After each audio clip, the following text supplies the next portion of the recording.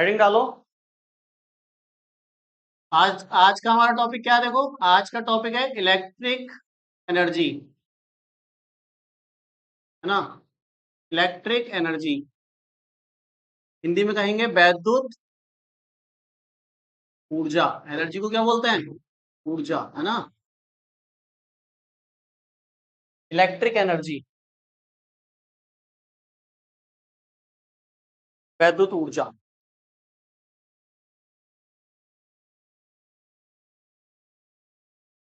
ठीक है, तो देखो इलेक्ट्रिक एनर्जी क्या है, बहुत इजी है।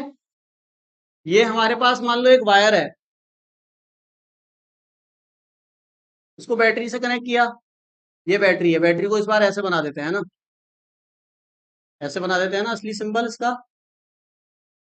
बैटरी। ठीक, अब बताओ, इसके अंदर इलेक्ट्रॉन है, यहां पर एक वो लगा देते हैं स्विच। ये स्विच है, जैसे हम इसमें लगाते हैं ना इलेक्ट्रिक सर्किट वगैरह में, जो रियल में ये जो स्विच होते हैं उनको ऐसे करके बनाया जाता है स्विच को। अभी यहाँ पर ब्रैकेट में कुछ है क्या, बताओ। अभी ये खाली है ना, इसका मतलब अभी इसमें करंट फ्लो नहीं हो रहा, मतलब सर्किट क्या है, ऑफ है। जैसे ही मैं इसमें ऐसे करके एक डॉट लगा दूंगा, मतलब सर्किट कंप्लीट हो गया, अब करंट फ्लो होने लगेगा, तो स्विच बोलते हैं। ठीक है, ऐसे करके भी बनाते हैं, और भी कई सिंबल होते हैं, ऐसे करके बना देते हैं, की करके, ऐसे करके, ऐसे भी बना देते हैं। चलो, ऐसे सबसे इजी है, ठीक है। तो बताओ, अभी सर्किट ऑफ है, क्या इसमें अभी करंट फ्लो होगा? नहीं होगा, है ना। ये वायर पूरा का पूरा यहां से यहां तक ये एक ही वायर है, इतना हिस्सा जूम कर दिया गया है ताकि यहां पर हम समझ सकें इलेक्ट्रॉन का मोशन कैसे हो रहा है। ठीक है, चलो। अब जैसे ही मैं यहां पर इसको सर्किट को क्या करूंगा, कंप्लीट करूंगा, तो इसमें करंट क्या होने लगेगा, फ्लो होने लगेगा। बताओ करंट क्यों पहले नहीं हुआ था फ्लो और अब क्यों होने लगा, बताओ। मतलब बैटरी जब नहीं कनेक्ट करी थी तब करंट फ्लो नहीं हो रहा था, बैटरी हमने कनेक्ट कर दी तो करंट फ्लो होने लगा। क्या रीजन है? बैटरी क्या करती है, मैग्नेटिक फील्ड बनाएगी बैटरी। मैग्नेटिक फील्ड तो पढ़ा ही नहीं ना अभी, तो मैग्नेटिक फील्ड कैसे बना दी तूने? इलेक्ट्रिक फील्ड बनाएगी बैटरी। बैटरी क्या बना देगी? Electric field. ठीक है, फिर इलेक्ट्रॉन मूव करने लगेंगे इलेक्ट्रिक फील्ड में। ठीक है, फिर और इलेक्ट्रॉन के मोशन से क्या बन जाएगा, करंट बन जाएगा। देखो, जब बैटरी हम नहीं कनेक्ट कर रहे हैं तो तब इलेक्ट्रॉन तो हैं, फ्री इलेक्ट्रॉन तो हैं, लेकिन वो रैंडम मोशन कर रहे हैं, इधर उधर घूम रहे हैं, है ना। करंट तब बनता है जब सारे के सारे इलेक्ट्रॉन एक ही डायरेक्शन में चलना स्टार्ट करेंगे, तब करंट बनेगा।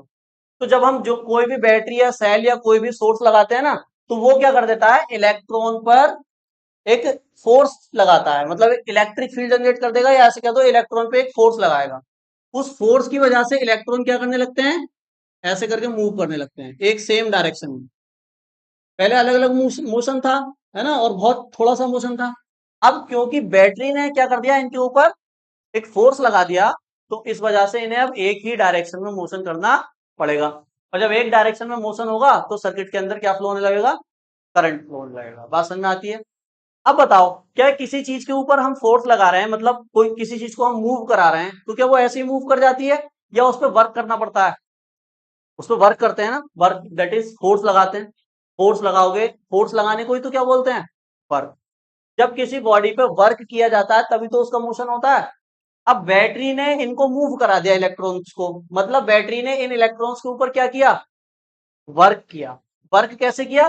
बैटरी ने यहां पर एक इलेक्ट्रिक फील्ड जनरेट करी, है ना, जिस वजह से इन पर फोर्स लगी। फोर्स लगने से ये मोशन करने लगे। तो ये सारा काम किसने किया है, बैटरी ने किया है। यानी बैटरी ने इलेक्ट्रिक वर्क किया है इन इलेक्ट्रॉन्स पर। ठीक है, और इलेक्ट्रिक वर्क कैसा होता है, वर्क कब होता है, जब भाई वर्क करने में क्या चीज लॉस होती है, बताओ ना। एनर्जी का लॉस होता है ना। जब कोई भी वर्क करते हैं, फिजिकल करें, तब भी हमारी एनर्जी का क्या होगा, लॉस। अभी मैं पढ़ा रहा हूं तो मेरी एनर्जी क्या हो रही है, लूज हो रही है, क्योंकि मैं क्या कर रहा हूं, वर्क कर रहा हूं, है ना। ऐसे ही जब बैटरी क्या करती है, इलेक्ट्रॉन को मूव कराने के लिए इन पर वर्क करती है, तो बैटरी की एनर्जी का भी क्या होता है, लॉस होता है। लॉस कैसे होगा, देखो समझो। जब ये इलेक्ट्रॉन मूव करेंगे तो क्या यहाँ पर पॉजिटिव एटम नहीं है क्या, पॉजिटिव एटम भी है ना। तो बैटरी ने तो इनको एनर्जी दी कि लो भाई मूव करो, लेकिन ये क्या करने लगे, आगे जाके कोलिजन करने लगे, टकराने लगे उनसे। तो बैटरी ने इनको जो एनर्जी दी थी वो एनर्जी का क्या होगा, यहाँ पर थोड़ा सा लॉस भी होगा उस एनर्जी का, है ना। तो बैटरी का काम ये होता है कि वो वायर के अंदर इलेक्ट्रॉन्स को क्या देती है, एनर्जी देती है। उस एनर्जी को ही हम क्या बोलते हैं, इलेक्ट्रिक एनर्जी बोलते हैं। बिना इलेक्ट्रिक एनर्जी के करंट का फ्लो पॉसिबल नहीं है। इलेक्ट्रिक एनर्जी मिलेगी इलेक्ट्रॉन्स को तब वो मूव करेंगे, फिर यही इलेक्ट्रॉन देखो वापस यहाँ आएंगे, फिर इनको इलेक्ट्रिक एनर्जी मिलेगी, फिर ये मोशन करेंगे, फिर एनर्जी फिर मोशन, फिर एनर्जी फिर मोशन, इस तरह से मोशन चलता रहेगा। अब लूज तो हो जाती है एनर्जी, अब लेकिन करंट तो फ्लो चलता रहता है ना, इसका मतलब बैटरी क्या कर देती है, एनर्जी देती रहती है कंटिन्यूअसली। तो लूज हो गई है ना, उसको भी फिर वो कंप्लीट करेगी, क्योंकि करंट का एक कांस्टेंट फ्लो चलाना है, इसलिए बैटरी का एनर्जी लॉस होता रहता है ना। और वो कौन सी एनर्जी है, वो इलेक्ट्रिक एनर्जी। बात समझ में आ गई। तो लिखो, देखो तार के किसी तार के एक सिरे से दूसरे सिरे तक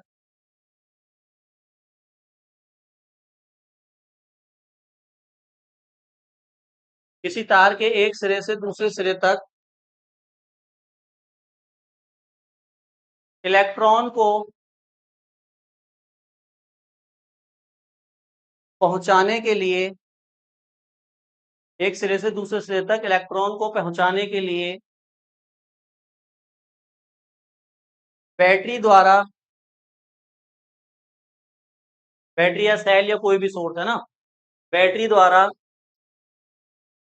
जो कार्य किया जाता है, बैटरी द्वारा जो कार्य किया जाता है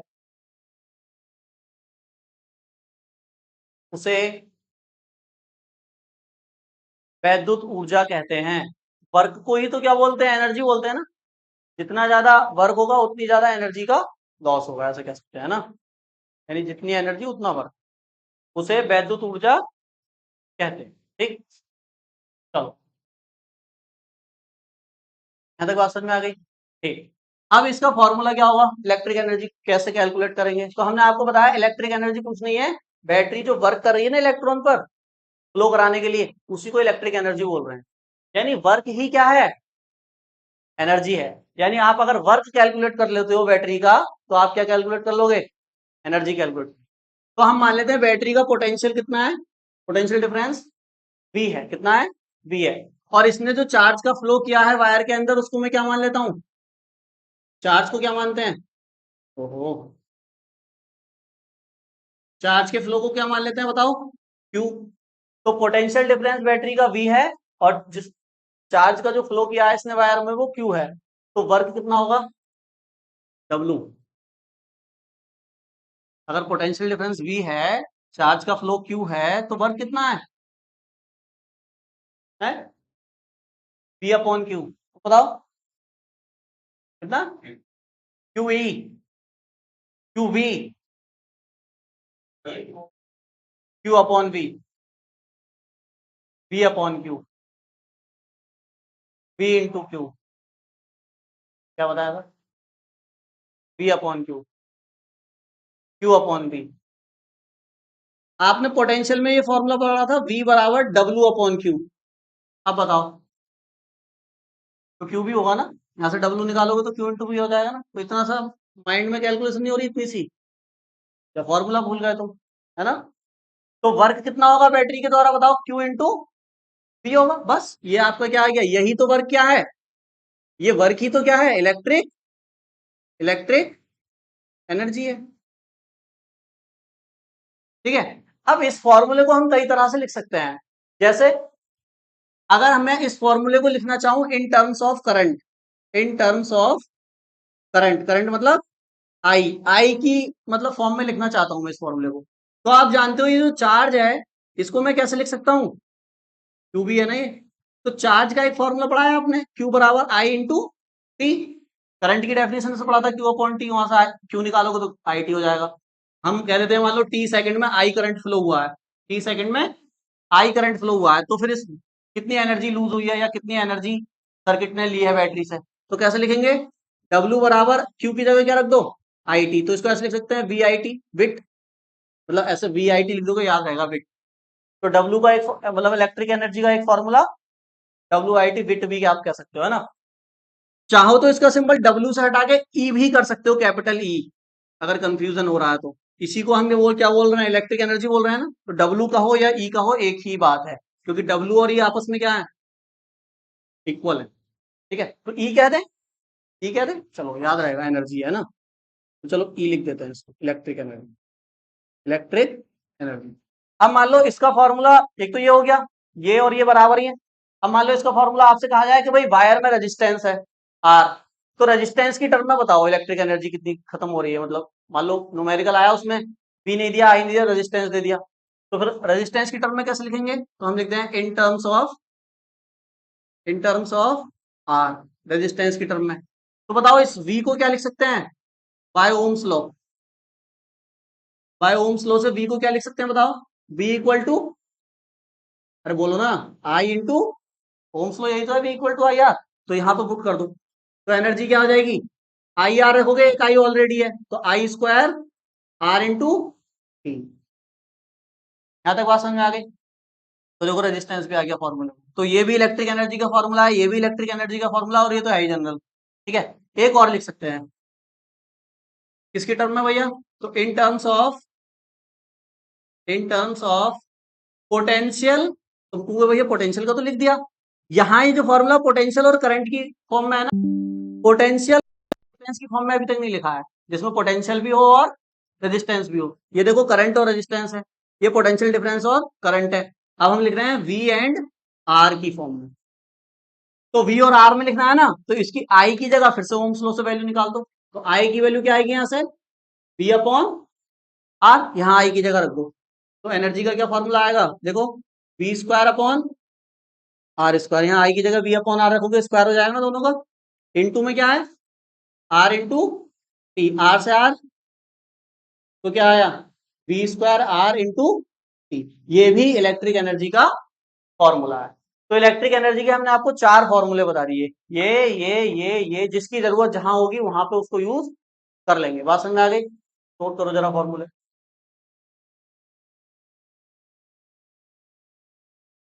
हीट है ना, तो हीट का फॉर्मूला वही होगा जो एनर्जी का है। मतलब जितनी एनर्जी लूज होगी उतनी ही क्या वायर में जनरेट हो जाएगी, हीट। तो ई और एच, मतलब एच और ई बराबर है। लेकिन हीट को जो हम मेजर करते हैं ना, वो कैलोरी में करते हैं। किसमें मेजर करते हैं, कैलोरी में। लेकिन एनर्जी को हम किस में मेजर करते हैं, इलेक्ट्रिक एनर्जी को बताओ, ये बताया था, जूल में। तो डायरेक्टली इक्वल हम नहीं कह सकते हैं इनको, उसका फर्क है, किसका, यूनिट का। तो अब जैसे मान लो मैंने यहाँ लिखा है 1 सेंटीमीटर, और मैं यहाँ लिख दूं 1 मीटर, तो है तो दोनों लेंथ की ही डायमेंशन, लेंथ की ही यूनिट है, लेकिन अभी आपस में इक्वल नहीं हो सकती ना, क्योंकि किसका फर्क है, यूनिट का फर्क है। आप यहाँ 100 लिखोगे ना, तब ये इक्वल आएंगे, लेकिन दोनों तो है तो लेंथ की यूनिट। ऐसे ही है तो दोनों क्या, एनर्जी ही, एक हीट एनर्जी है और एक इलेक्ट्रिक एनर्जी है, और इलेक्ट्रिक एनर्जी के द्वारा ही प्रोड्यूस हुई है क्या, हीट एनर्जी। तो है तो दोनों इक्वल, लेकिन अभी फर्क किसका है इनके अंदर, यूनिट का। तो हम यूनिट को अगर बैलेंस कर लेना तो फिर हम इक्वल कह सकते हैं। तो अभी इसको अभी हम इक्वल नहीं कह रहे हैं ना, ये अभी स्टॉप है। तो इक्वल कब कहेंगे, तो देखो एक रिलेशन होता है जूल में और कैलोरी में, पढ़ा है आपने, जूल और कैलोरी में पढ़ा है क्या रिलेशन है। जैसे 1 मीटर में कितने सेंटीमीटर होते हैं, तो ऐसे ही 1 जूल में कितनी कैलोरी होती है, कितनी, 273 कैलोरी नहीं, 1 जूल इज इक्वल टू,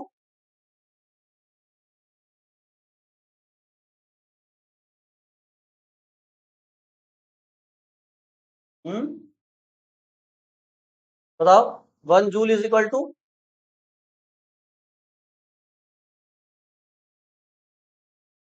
नहीं पता, 1/4.2 कैलोरी। दैट इज मैं ऐसे लिख सकता हूँ इसको, ऐसे ज्यादा आसान रहेगा, देखो 1 calorie is equal to 4.2 joule. 1 calorie में कितने जूल होते हैं, 4.2 जूल होते हैं। जैसे 1 मीटर में कितने सेंटीमीटर, 100। तो 1 कैलोरी में अगर 4.2 जूल है, तो 1 जूल में कितनी कैलोरी हो गई, तो ये 4.2 कहाँ जाएगा, इसके डिवाइड में जाएगा ना। तो 1 कैलोरी में देखो, सॉरी 1 जूल में कितना, यहाँ पे 1 करोगे तो ये कहाँ जाएगा, इसके नीचे, तो 1.42 कैलोरी। ठीक है, नोट करो जरा ये लिस्ट। इसको मत करना नोट अभी, पहले ये रिलेशन नोट करो। 1 joule is equal to 1/4.2 calorie, है ना।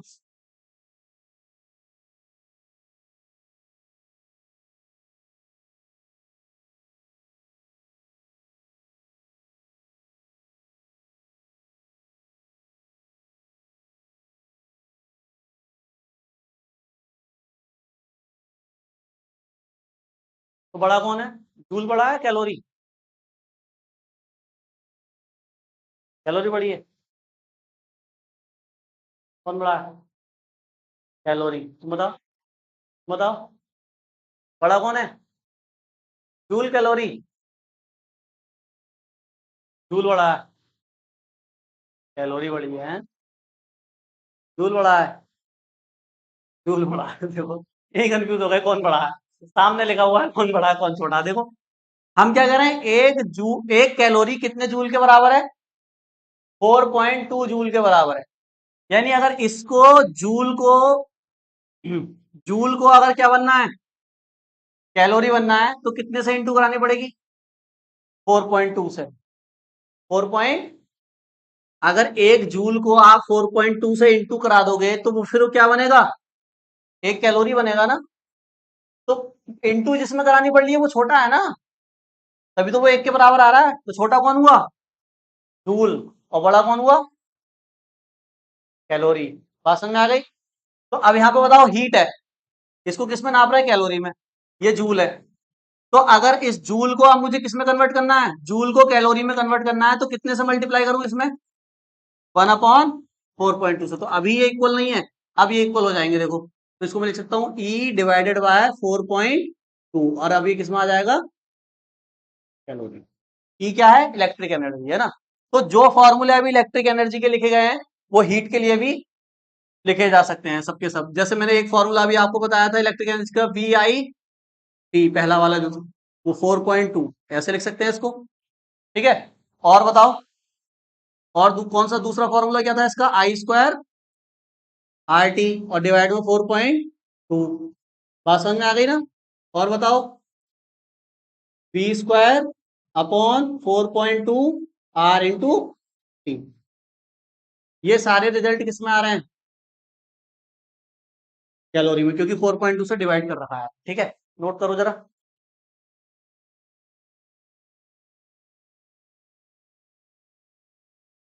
Electric power.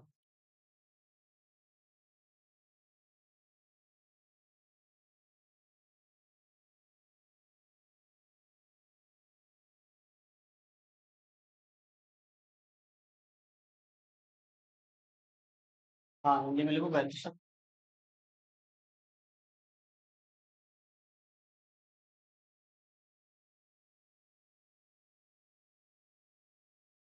ठीक है।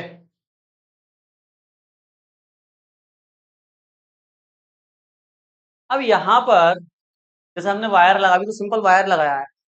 मान लो वायर की जगह आप कोई डिवाइस लगाते हो जिसमें रेजिस्टेंस है, मान लो बल्ब लगाते हो, वही पीला वाला। ठीक है, पीला वाला बल्ब मतलब उसमें वायर लगा हुआ है एक ऐसा जिसमें बहुत ज्यादा क्या है, रेजिस्टेंस। ठीक है।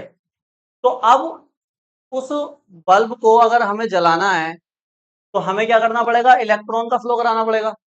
और इलेक्ट्रॉन का फ्लो कराने के लिए हमें बैटरी, बैटरी क्या करेगी? इलेक्ट्रॉन को एनर्जी दोगी, जाओ भी जाओ बल्ब को जलाओ। मतलब बल्ब में से, बल्ब का जो वायर है टंगिस्टन का, उसमें से क्रॉस हो जाओ बस जाके तुम। जब उसमें से तुम क्रॉस हो जाओगे तो वो हीट हो जाएगा, वाला उसका जो वायर है वो हीट हो जाता है। और हीट होने के बाद वो लाइट एमिट करने लगता है। टंगिस्टन वायर जब बहुत ज्यादा गर्म हो जाता है ना, तो लाइट देने लगता है, उसी को बल्ब बोलते हैं। ठीक है। तो ये बैटरी क्या करेगी? उनको एनर्जी दोगी, दोगी नहीं, देगी। तो एनर्जी देगी, इलेक्ट्रॉन एनर्जी लेके जाएंगे एकदम फुर्ती से, और उस वायर में से क्रॉस करेंगे। ठीक है। क्रॉस जब करेंगे तो कोलिजन ज्यादा करेंगे, जिससे हीट हो जाएगा, वो लाइट आ जाएगी। ठीक है। तो हम ये कह रहे हैं, जब बैटरी इलेक्ट्रॉन को एनर्जी देगी तो उस एनर्जी का जो इलेक्ट्रॉन है वो जाके क्या कर देंगे? वहां पे लूज कर देंगे ना अपनी एनर्जी को। जितनी भी एनर्जी वो इससे लेके जाएंगे, वो क्या कर देंगे? वहां पे जाके लॉस कर देंगे अपनी एनर्जी का। फिर बैटरी एनर्जी देगी, फिर लॉस कर देंगे, फिर बैटरी एनर्जी देगी, फिर लॉस कर देंगे एनर्जी का, है ना। तो एनर्जी लूज हो रही है बार बार, किसकी? बैटरी की। इस एनर्जी लॉस को ही हम क्या बोलते हैं? पावर बोलते हैं। मतलब rate of energy loss in the circuit is called electric power. अगर बताओ, अगर ज्यादा पावर की हम बैटरी लगाएंगे ना, ऐसा समझो, मान लो हमने जो बल्ब लगाया है उसको क्या चाहिए, बहुत ज्यादा एनर्जी चाहिए पर सेकंड। जैसे मान लो हमने 100 वाट का बल्ब लगाया है, 100 वाट का बल्ब को मतलब समझते हो, मैं यहाँ पे ऐसे हटा के बल्ब भी लगा देता हूँ, है ना।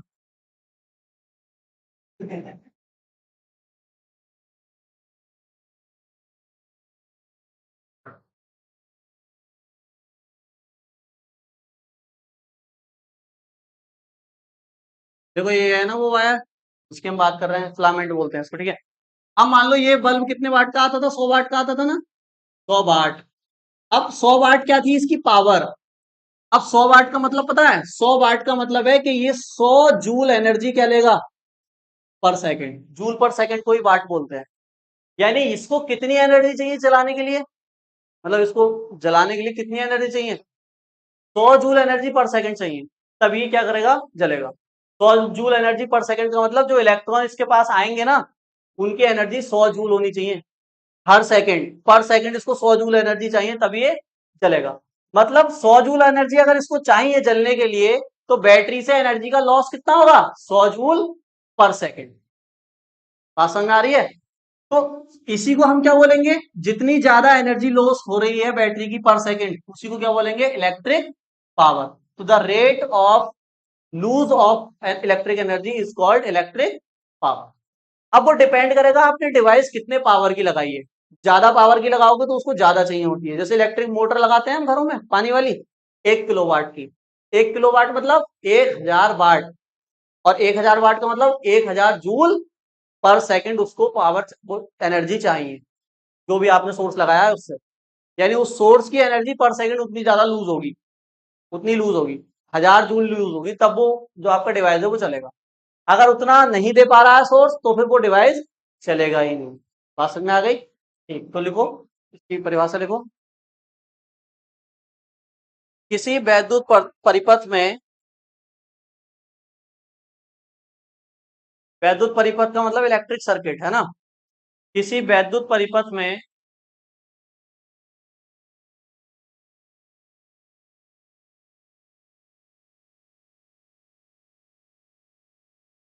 होने वाली ऊर्जा हानि की दर को,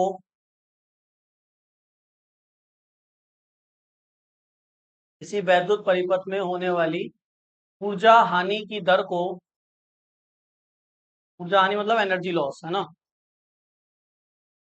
ऊर्जा हानि की दर को परिपथ की वैद्युत शक्ति कहते हैं।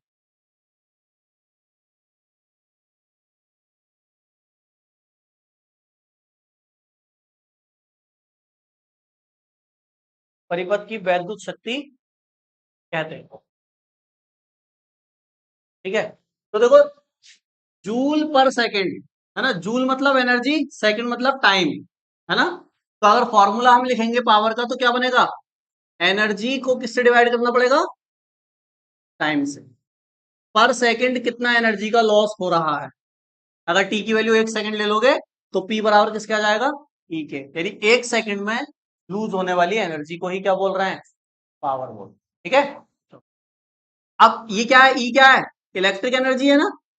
तो इलेक्ट्रिक एनर्जी के जो फॉर्मूले बताए गए हैं वो फिर से लगा सकते हैं, तो पावर के भी फिर से कई सारे फॉर्मूले आ जाएंगे। तो जो फॉर्मूले एनर्जी के हैं वो फॉर्मूले हीट के भी हो सकते हैं, वो फॉर्मूले पावर के भी हो सकते हैं। तो पावर में देखो टाइम है ना नीचे, तो थोड़े अलग हो जाएंगे, है ना। तो हम लिख देते हैं इलेक्ट्रिक एनर्जी यही है ना।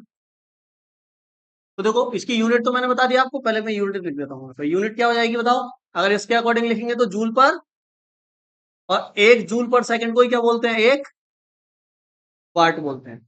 1 वाट, 2 वाट, 3 वाट, ठीक है। 1 जूल पर सेकंड, ठीक है। अब इसको हम अदर फॉर्मूलाज लिख सकते हैं, अदर फॉर्मूले, अदर फॉर्मूले देखो क्या।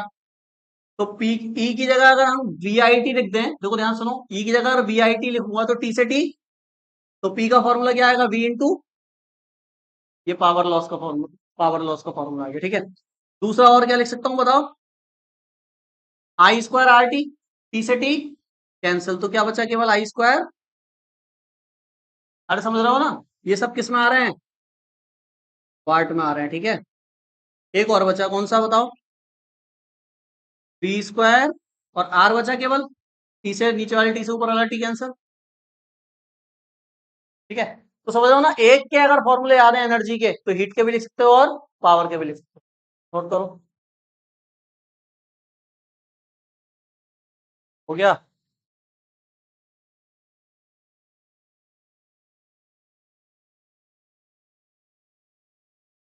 यहाँ पे लिख लो जरा थोड़े से वैल्यू वगैरह। जैसे अगर मान लो 1 किलो वाट में आपसे पूछा जाए कितने वाट होते हैं, तो बताओ। 1 kW मतलब किलो वाट में कितने वाट होते हैं? 1000 वाट होंगे ना। तो 1000 को ऐसे लिख सकते हैं 10 की पावर 3 वाट। ठीक है, ऐसे पूछा जाए 1 मेगावाट में कितने वाट होते हैं? 1 मेगावाट, देखो मेगा और मिलियन एक ही चीज है। मेगा और मिलियन एक ही है, दोनों का रिजल्ट सेम ही आएगा, आता है ना। तो 1 मेगावाट में बताओ 10 की पावर 6। 1 मिलियन में 10 लाख होते हैं ना, तो मेगा में भी क्या होंगे? 10 लाख, और 10 लाख में 6 जीरो होते हैं। 10 की पावर 6। अच्छा ये वाला इंपॉर्टेंट है, 1 हॉर्स पावर HP, ये डायरेक्ट एमसीक्यूज में भी आ जाता है। 1 हॉर्स पावर मतलब अश्व शक्ति। इन पूरा लिख दो क्या, horse power? Horse power, 1 horse power भी इलेक्ट्रिक पावर की यूनिट है। हॉर्स मतलब घोड़ा होता है ना, तो घोड़े का पर्यायवाची होता है अश्व। अश्व मतलब भी घोड़ा होता है, तो हम ऐसे लिख सकते हैं इसको अश्व शक्ति। ठीक है, घोड़े का पर्यायवाची अश्व होता है ना। तो 1 हॉर्स पावर में कितने? 746 वॉट होते हैं। नोट करो जरा ये रिजल्ट, फिर मैं आपको एक KWH बताता हूँ क्या होता है।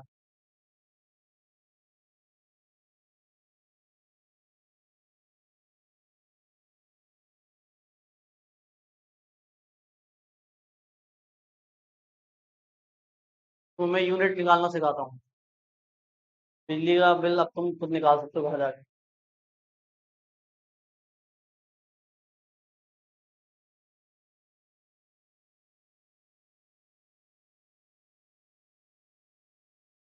हो गया भाई? तो देखो, एक छोटा सा टॉपिक और बचा है, बस थ्योरी वाला पार्ट तो सारा खत्म हमारा, है ना। तो इनके न्यूमेरिकल रह गए, फिर चैप्टर खत्म। पढ़ जाए आगे। तो देखो हम किस क्या बात कर रहे हैं अब? किलोवाट आवर की, किलोवाट और आवर। शॉर्ट में क्या लिखते हैं, देखो इसको KW का मतलब तो किलोवाट हो गया ना, और H का मतलब आवर। किलोवाट आवर, ये किलोवाट आवर किसकी यूनिट है, जरा दिमाग लगा कर बताना जरा थोड़ा सा। किलोवाट आवर मतलब इलेक्ट्रिक एनर्जी की यूनिट है, हीट की यूनिट है, पावर की यूनिट है। ये यूनिट है कि यूनिट, अभी होता है ना वाट किलोवाट, ये सब यूनिट ही तो है, तो ये भी तो क्या है, यूनिट है। लेकिन ये थोड़ी सी स्पेशल है, वो क्यों स्पेशल है अभी बताऊंगा। लेकिन आप ये बताओ इसको देख करके ये यूनिट है किसकी?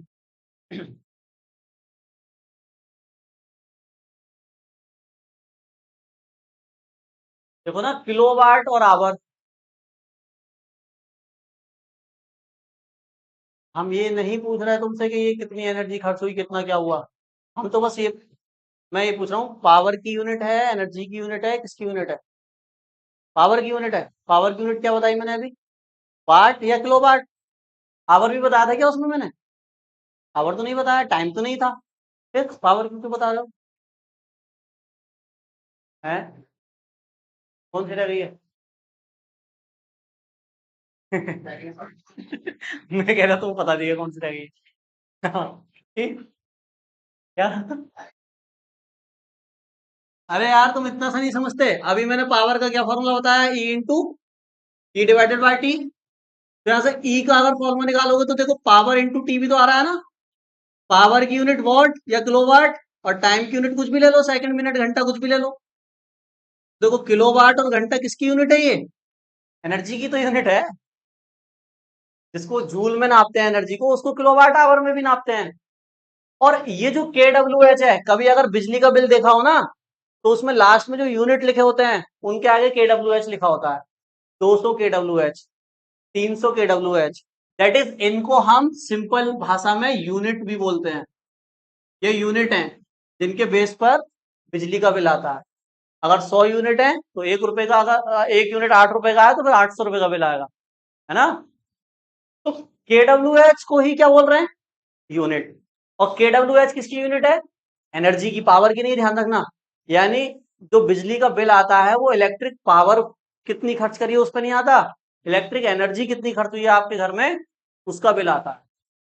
वो KWH में नापते हैं आपकी इलेक्ट्रिक एनर्जी को। क्यों KWH में क्यों नापते हैं, जूल में क्यों नहीं नापते? क्योंकि देखो जूल जो बहुत छोटी यूनिट है, कैलोरी से भी छोटी यूनिट है जूल तो। और जूल में अगर बिजली का बिल नापेंगे तो आप तो बहुत ज्यादा बिजली खर्च करते हो ना, मतलब एनर्जी तो बहुत ज्यादा यूज करते हो। भाई पंखा है, लाइट है, फ्रिज है, एसी है, वॉशिंग मशीन है, चलो एसी को हटा भी दो, तो वॉशिंग मशीन है, फ्रिज है, और वो बहुत सारी चीजें है ना, तो इनमें बहुत ज्यादा इलेक्ट्रिक एनर्जी यूज होगी।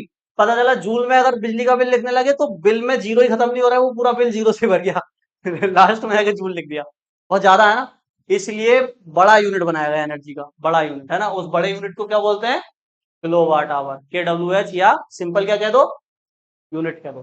और चलो घरों में तो फिर भी इलेक्ट्रिक एनर्जी कम होगी, जो बहुत बहुत बड़े बड़े हॉस्पिटल हैं, जो आपकी फैक्ट्रियां वगैरह हैं, ऐसी बहुत सारी जगह है ना जहाँ पे लाइट का बहुत ज्यादा तगड़ा करके यूज होता है, तो वहां जूल में हम मतलब एनर्जी को नहीं मेजर करेंगे, वहां पे किलो वाट आवर में करेंगे, ठीक है। तो अब हम क्वेश्चन आपके उसमें ऐसे आएगा, ये नहीं पूछेगा कि यूनिट किलो वाट यूनिट कुछ नहीं, क्वेश्चन ये पूछेगा बताओ 1 किलोवाट आवर में कितने जूल होते हैं, क्योंकि ये तो एनर्जी का यूनिट है ना, तो एनर्जी का यूनिट तो जूल भी है, तो बताओ कितने जूल के बराबर होता है 1 किलोवाट, ऐसे करके रिलेशन में पूछेगा, है ना। तो बहुत आसानी से निकाल सकते हैं, है ना। देखो कैसे निकालेंगे, तो हम निकाल रहे हैं 1 किलोवाट आवर में जूल, है ना, 1 किलोवाट आवर में जूल, क्योंकि दोनों ही एनर्जी के यूनिट है। तो बताओ 1 किलोवाट को क्या ऐसे लिख सकते हैं, 1000 वाट, है ना, और इंटू 1 आवर, ऐसे कर सकता हूं ना, 1000 वाट इंटू 1 आवर, ऐसे ही है। तो 1000 वाट है ना, वाट को कैसे लिख सकते हैं बताओ, जूल पर सेकंड लिख सकते हैं, अभी P बराबर ये पॉइंट T बताया था। और आवर में देखो बस जूल निकल जाएगा यहाँ से, बस सेकंड से सेकंड कैंसिल करा दो, तो जूल ही तो बचेगा। तो इस आवर को सेकंड में कन्वर्ट कर दो, बताओ 1 घंटे में कितने सेकंड होते हैं, 1 घंटे में कितने सेकंड होते हैं? अरे 60 मिनट, और मिनट को सेकंड में बदलोगे 60 से और मल्टीप्लाई करोगे, तो ये 3600 सेकंड आ जाएंगे ना, तो सेकंड से सेकंड कैंसर। तो देखो 6 6 जा, और कितने जीरो हैं, 1 2 3 4 5, 10 की पावर 5, या इसको ऐसे याद कर लो स्टैंडर्ड फॉर्म में, 3.6 इंटू 10 की पावर, तो इधर लाओगे पॉइंट को तो 6 हो जाएगी ना, 6 जूल। यानी 1 किलोवाट आवर में या 1 यूनिट में आपकी इतनी एनर्जी लूज होती है, देख लो कितनी है, 36 lakh joule. 36 lakh joule energy loss करोगे तब 1 यूनिट बनेगा। तो अब 1 यूनिट ज्यादा अच्छा है ना लिखना, सिंपल समझ में आता है 1 यूनिट। और वहां लिखे 36 लाख जूल, और ऐसे करके 100 यूनिट बना रही है तो बहुत ज्यादा हो जाएगा ना, इसलिए हम एनर्जी का ये यूनिट अलग से यूज करते हैं, स्पेशल यूनिट, ठीक है। तो देखो 1 यूनिट कब बनता है, 1 यूनिट मतलब ये यूनिट ही तो है, 1 यूनिट बिजली मतलब कब हम स्पेंड कर देते हैं। तो 1 यूनिट कब बनेगा, जब कोई 1000 वाट का आप कोई इंस्ट्रूमेंट जिसका जो पावर है वो कितना हो, पावर कंजप्शन 1000 वाट हो, मतलब वो सोर्स से 1000 जूल पर सेकंड एनर्जी लेगा, और कितनी देर तक उसको चलाओगे आप, 1 घंटे तक। कोई 1000 वाट की चीज अगर 1 घंटे तक चलाओगे तो कितना बनता है बिल, 1 यूनिट, यानी 8 रुपए। तब 8 रुपए आपके 8 रुपए की बिजली खर्च होती है। तो 1000 वाट मतलब मोटर, मोटर पानी वाली, 1 किलोवाट की आती है ज्यादातर, है ना। 1 किलोवाट की मोटर को अगर 1 घंटे तक चलाओगे ना, तब 1 यूनिट बनता है। बात समझ आ गई। अब मान लो मेरे पास 1000 वाट की नहीं है कोई चीज, मैं तो 100 वाट का क्या चला रहा हूँ, पंखा है, मान लो 100 वाट का पंखा है, तो बताओ 1 यूनिट बनाने के लिए इसको कितनी देर चलाना पड़ेगा, 100 वाट का पंखा कितनी देर चलेगा जो 1 यूनिट बनेगा, कितना, 10 10 मिनट, 10 मिनट में 1 यूनिट बना देगा ये, वो 1 घंटे चली मोटर, वो उसने एक यूनिट बनाया। अरे घंटा है ना, घंटा है ना। तो 100 वाट अगर मैंने कर दिया, 1000 को 100 कर दिया ना, देखो यहाँ से जीरो कम कर रहा हूँ तो यहाँ बढ़ाते जाओ ना, सिंपल है यार। 1000 करना है ना टोटल बैलेंस, तो इसको मैंने 100 करा तो ये 0 यहाँ पहुंचा दो। 10 घंटे, अगर पंखा 10 घंटे चलेगा 100 वाट का, तब वो क्या बनाएगा? 1 यूनिट बनाएगा। अरे समझ गए? यानी तब 8 रुपए की उसकी वो बिजली खत्म हो गई है ना। अगर अच्छा बताओ 50 वाट का होता है क्या? कुछ 50 वाट का होता है क्या? एलईडी वाला होता है, और कुछ होता है? पीला वाला 50 वाट का? ये तो 150 150 वाट के हैं दोनों। 50 वाट का और कुछ होता है वैसे? घर में यूज करने वाली चीज होती है कोई? मिक्सी वगैरह होती है क्या? वो तो ज्यादा की होती है, मोटर होती है उसमें। तो कुछ भी है, मान लो 50 वाट का कुछ है, बल्ब है, एलईडी वाला बात है 50 वाट के, वो मैंने लगा दिया। तो बताओ कितनी देर चलाऊं उसको जो 1 यूनिट बनेगा? अब मैंने 50 कर दिया उसको, कितना? 100 घंटे चलाऊंगा? 1 यूनिट बनाया 100 घंटे तक वो है? समझ नहीं पा रहे बात को, मुझे 1000 बनाना है, 1000। अगर मैंने यहाँ 50 ले लिया तो इसकी इंटू किससे कराऊं कि 1000 बन जाए? 20 से कराऊंगा ना। तो 20 वो क्या है? वो 20 क्या है? घंटे है ना। तो 20 घंटे अगर चलाओगे 50 में, अरे 100 को 10 घंटे चला रहे थे, तो इसको 20 घंटे चलाओगे ना भाई साहब, तो आधा करा तो वो डबल हो गया ना टाइम। आप समझ गए? कितना बताओ? 25 को